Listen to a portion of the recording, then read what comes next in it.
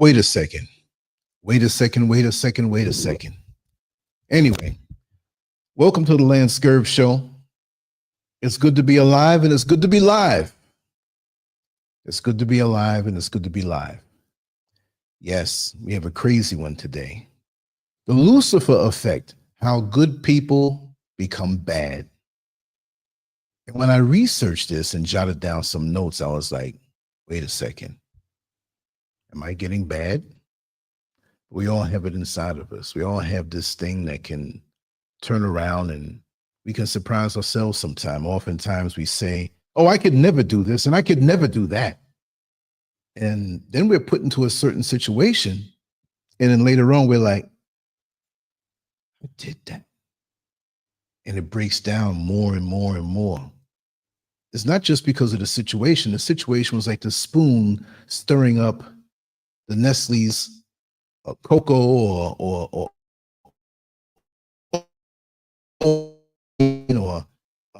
what's the other one that people take now? I forgot. I don't really drink that stuff. But the circumstances will really show you who you are. And to show that banner again, because I'm going to get scolded for this, because I'm not trying to perpetuate any evil. I swore off from that, but I had to show the split face. If you look on the left side, you'll see a person smiling, which really on the left side, I can still see the evil in them, but most people can't. But then when you look on the right side, I say, wait a second, it's the same face, but the true colors are coming out. I see your true colors shining through. Don't run, y'all. I know I can't sing, but that's just the way it is. When you really see somebody and learn them, and you thought they were a certain way the whole time, but you are really dealing with a mask. You're really dealing with a false person. And really, I can't say that they're all the way evil, because they can bounce back and do something nice. And that's where the confusion begins, because you'll meet somebody in their nice mode and they'll stay that way, but circumstances pull out the other side. Now it's up to you. Do you continue to deal with this person or do you leave them alone? Right? So we're going to read off some notes. I want to speak on some things and we're going to get down into this. We have several shows today.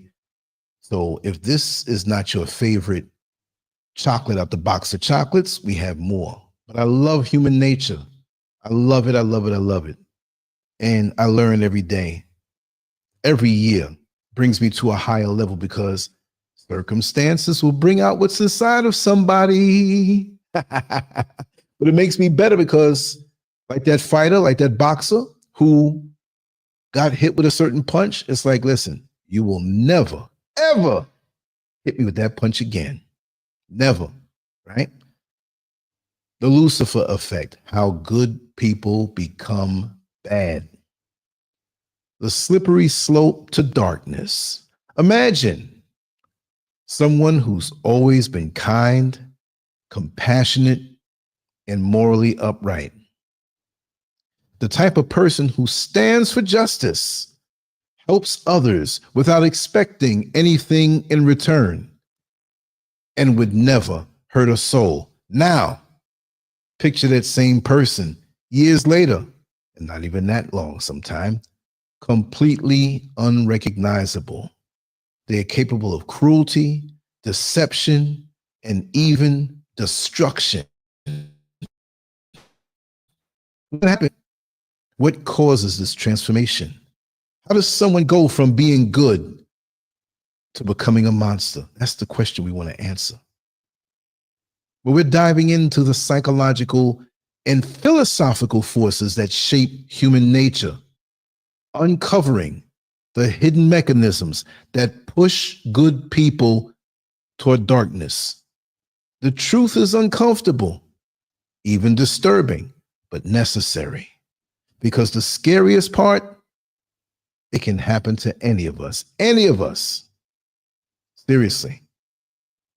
You might believe that you're immune, that you could never turn into something you despise. But history and science tell a different story. Wow. That's That's real crucial. History and science tell a different story. Unbelievable. But this is what we're going to do. Who is this gentleman right here? Huh? He's Philip Zimbardo, the psychologist behind the infamous Stanford prison experiment. Did you hear about that before? I read up on it and I learned about it, but I heard about it, but I didn't know about it. He looks like one of those guys who will study something that's a little off. He looks a little strange too. I don't want to really get to know him. He might have an evil. You'll find out. But he proved that ordinary people under the right conditions can commit acts of cruelty they never imagined. Stanley Milgram's obedience studies showed that most people, when told to by an authority figure, will inflict harm on another person, even when they know it's wrong.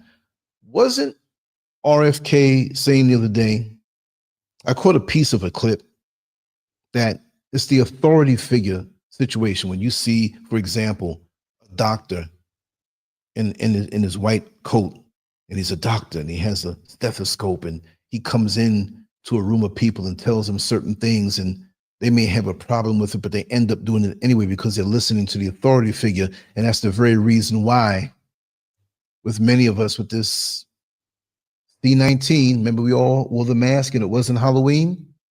Well, guess what? We listened. Many of us talk behind closed doors, but we still slapped that thing on the face. But now that all of that has been exposed, right? They got to come up with something else, right? But the most terrible part, most people never realize they're changing until it's too late. That's the thing. They don't realize it until it's too late. Now, I don't think you want to see this man's face through the whole show. Let me throw this banner up a little bit, and we're going to get down a little more. Let me see. There's nobody in the chat room. There's only a couple of people here. I took you all by surprise. That's what it is. That's going to happen sometime. Trust and believe. But let me continue on. The slow death of morality. It doesn't happen overnight. People don't just wake up and decide to become villains. It starts small. Tiny betrayals of one's own principles. A little lie to protect someone. Bending the rules for a good cause. Justifying a small wrongdoing because it's necessary. And once the first boundary is crossed, now listen as I say this now, this might be you and it might be me. And once the first boundary is crossed, the next one gets easier. This is the slippery slope. Before they know it, things they once considered unthinkable start to seem reasonable, then normal, then justifiable, and finally necessary. Ain't that something? That's the way it is. Look, they always say, oh, I thought I got rid of his face. Let me get, boom, there we go. This is why you have to watch who your kids hang out with, because the other kids, your child to break down the moral barriers. They can influence them where it's something light. And you feel that resistance if you've ever been through that. And I've always had a strong upbringing. But there are little things that I broke the rules on. And it's true, because little by little, it's easier to break those prior barriers and go a little further and go a little further until you find yourself locked up. I know a lot of good kids that they were kids when I was a kid, and they seem to go off the beaten path. And it would start out with small things, but eventually it was bigger and bigger and bigger. And you're looking at them like, I don't even know this person. This ain't the person I grew up with. This ain't the person who was scared to do X, Y, and Z. But now look at them, full-fledged, full-blown, a criminal. And I don't mean to just throw off on anybody, because I know some individuals I know are victims of circumstance, their upbringing in their household. There might have been drugs in there. The mother might have been a prostitute. The father might not have been around. They might have been hungry, stealing stuff from the store, whatever. What I'm saying is that those boundaries, once tested and gone beyond, it's the slippery slope. I should have titled this show The Slippery Slope. Seriously. But anyway, let me see if I could get this other photo up. Okay, I'm sharing that one too. I'll share that one later on. But I want to continue to make these points, right? The power of authority and obedience. One of the most chilling psychological studies ever conducted was Stanley Milgram's obedience experiment. Participants were told to administer what they believed were painful electric shocks to another person. The majority continued delivering shocks, even when they thought they were causing serious harm, simply because an authority figure told them to do so. This proves something terrifying. Good people, under the right conditions, can become monsters, not out of malice, but out of duty, pressure, fear. They tell themselves, I have no choice. I'm just following orders. And in doing so, they silence their own morality. The moment people start dividing the world into us and them, morality takes a nosedive. History is packed with examples of ordinary people justifying horrific acts because they say their victims were less. When people become deeply attached to a group, listen now, whether political, religious, or ideological, they start to see outsiders as the enemy. But what did Adolf Hitler do? He made his victims seem to be less human. What did they do to us as Black people, transplanted and stolen Africans in America? They painted the picture that we were less than human. So if you can make a person, or basically dehumanize a person, make them seem like they're animals, and keep repeating it, oh, they're animals, they're savages, they are no good. Well, it's easy to see their doom. It's easy to want to exterminate them. It's easy to want their death. You don't belong here in this neighborhood. You're an animal. And if you're a child or children who sit around a dinner table, hearing your elders in that Caucasian neighborhood talk about Black people so terrible, and you make up these stories, oh, they're nasty, they're not intelligent. If you go to bed and have sex with them, you'll get a disease. If you bring them into your home, they'll come back later on when you're not there and steal from you. Dehumanization. And there's so many different groups that do that against each other. Within the Caucasian race, they do it against each other. At one point, Irish, Italian, those were the ones lowest on the rung of Caucasian identity. Dehumanization. Be careful. It can start real small and pick up to something that's very deadly. Trust and believe. Trust and believe. I remember hearing classmates say things about me, about other Black people, you know, and it didn't feel good. And we knew it was wrong. But you can see that it wasn't them, not to give them an excuse, but basically it's their household, their upbringing. And so you'd see these parents coming up to the Parents Teachers Association meeting, and you're looking at the child who uttered such ugly things. And I was wise enough to know that child did not get it. I can name names. I remember these students and the things that they would say. Growing up in Queens, New York, where a lot of Black people moved into Queens, and there were certain parts of Queens that they allowed you to move into. Wherever that borderline was, wherever that membrane was, neighborhood from the white neighborhood, if you crossed over even in the daytime, the kids would start to act out, the grown-ups, and some of the grown-ups would act out also. I remember when I went into Howard Beach, where they had a killing over there. I can't remember the names. Al Sharpton made a big mess about it. It was back in the 80s. Right after that happened, I went into Howard Beach. That's where John Gotti had a home, the gangster, the mobster. And I went there to answer an ad to check out this van that I wanted to buy at a good price. And I met the guy, and we drove on in. I met him on Crosby Boulevard, and we drove on into where he lived, deep. But wouldn't you know that within moments after I got out of the car to look at this van, they had already begun. There were 2 or 3 cars that went around the block. When they came back around the block, there was about 10 of them. When they came around the block again, it was like 20 of them. When they came around the block, there might have been 40 or 50 vehicles in that neighborhood. It was frightening because there was one way in and one way out. But they did allow certain black people in the neighborhood. Who was it?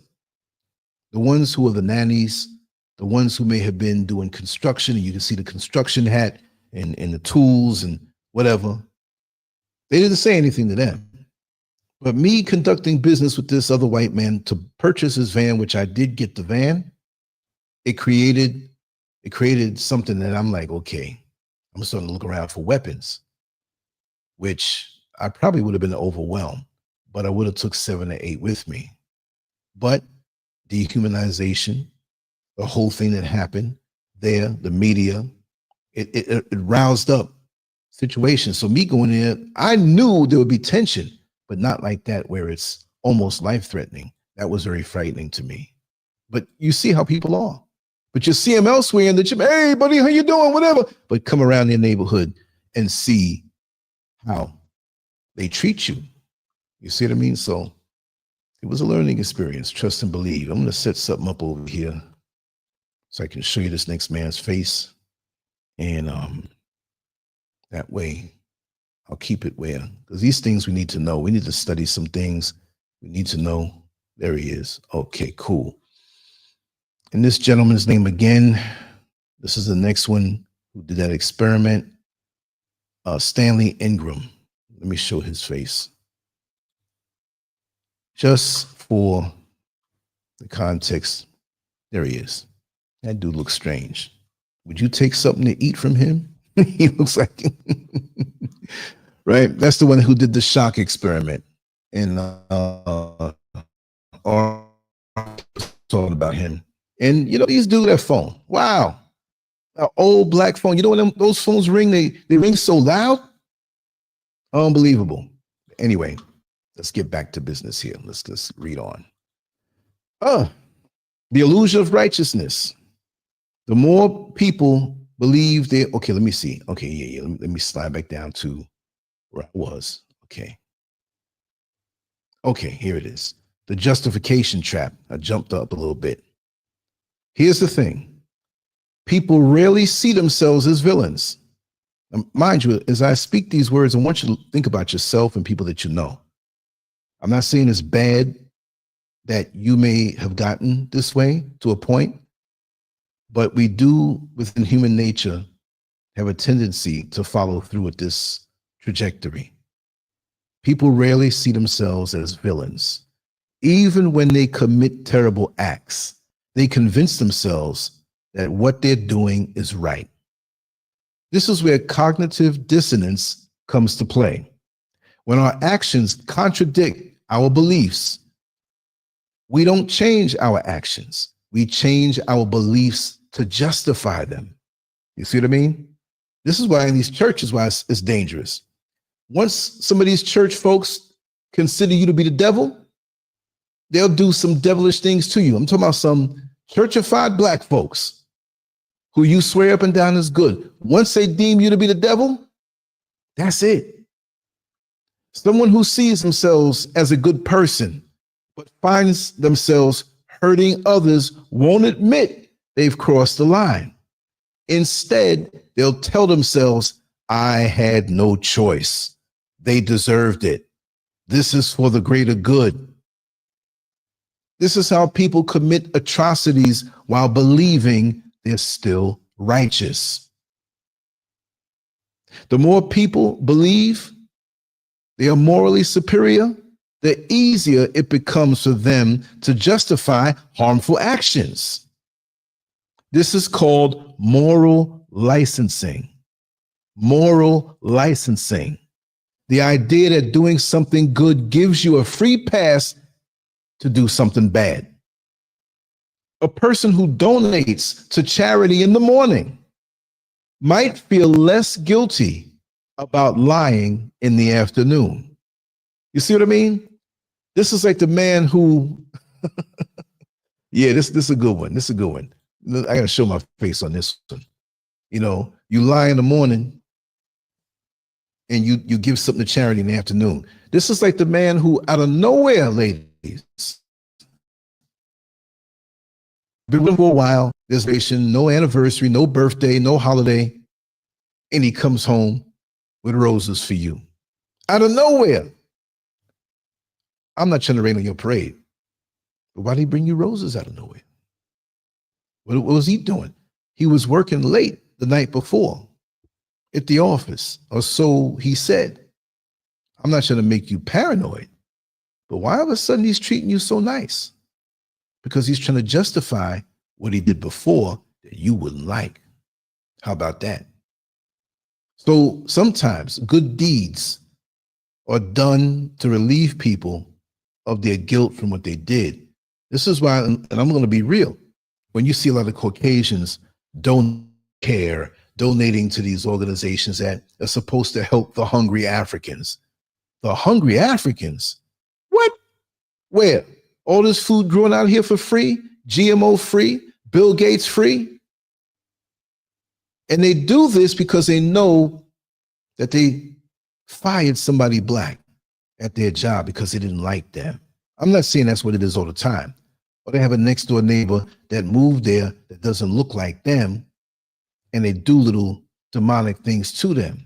So now they have a chance to relieve that. Yes, I'm going to donate. So when they do their dirty deed, they're thinking, well, I can't be that bad because I donated to care to help the hungry Africans. Those little African kids with the flies on their, or going around their face and the ribs showing. That fake imagery that all the expensive cameras had was sitting up. And when they're done, you think they crawl next to the people there and lay down? No, they go back to that expensive hotel that your money's paying for. Right? And how did it get that way for those kids to look like that in a war-torn country that the US and the UK were probably giving arms to have them fight so that later on they can come as a white shining prince with the answer and take their resources. That's the game. But I'm glad so many people are getting used to it. Straight up. But that's how it goes. The final stage, dehumanization. Once people stop seeing others as fully human, their moral constraints and restraints collapse. This is how ordinary people justify cruelty, oppression, and even violence. It's why soldiers are trained to see the enemy as a threat and not a person. Why political conflicts turn vicious, because both sides see each other as less than human. It plays out every 4 years, every 2 years. Let's get behind the candidates, and they're on. It's worse now. Because back in the day, we didn't have live streaming. We didn't have social media. Throughout history, propaganda has been used to paint enemies as evil, corrupt, or subhuman. Because once that mental shift happens, morality no longer applies. And it's not just history. It's everyday life. This process doesn't just happen in wars or political movements. It happens in daily life. In workplaces where people justify cruelty toward colleagues they dislike.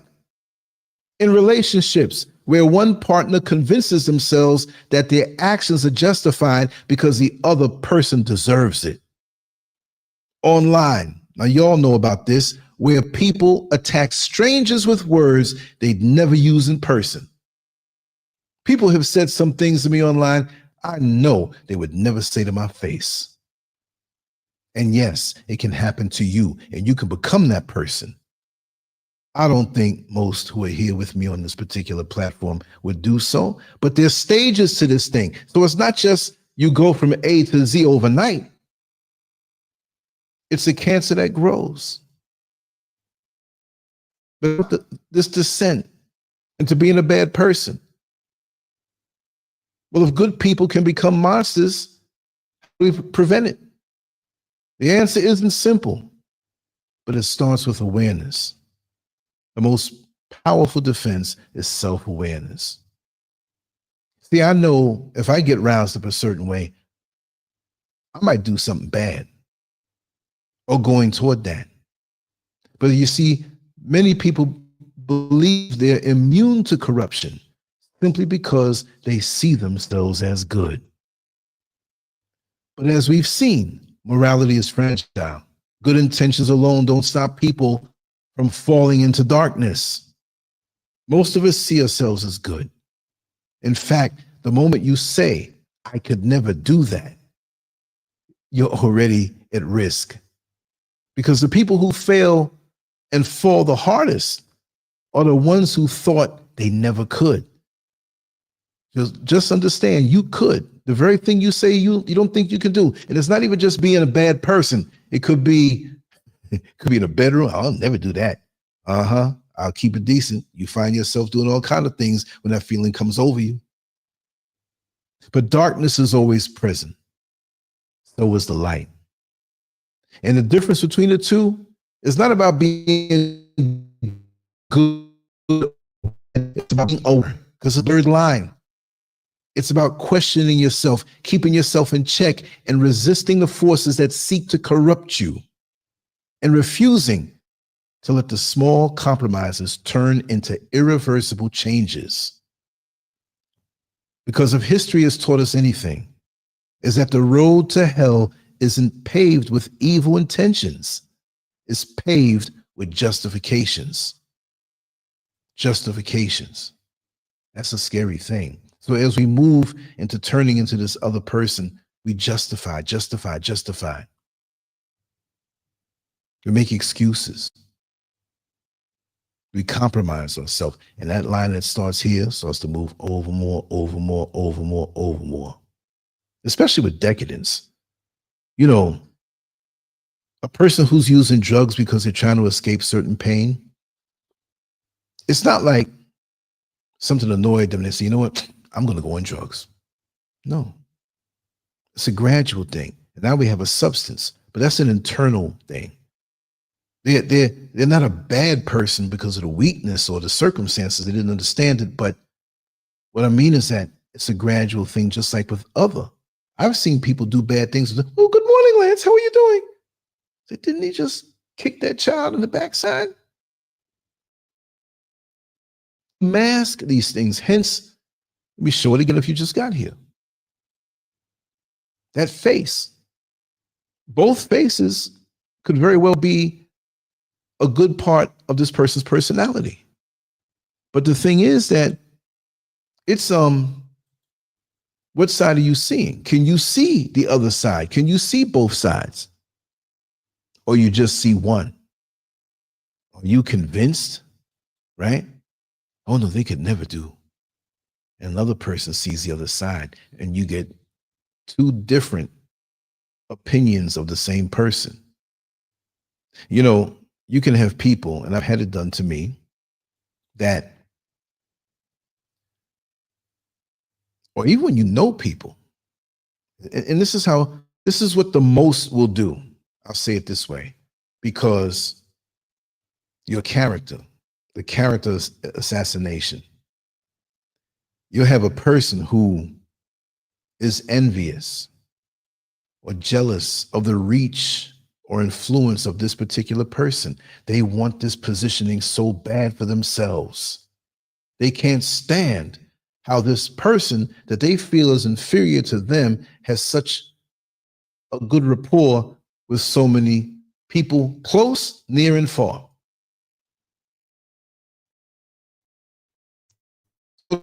To get the shine off of them, meaning that you must be good if Lance is good.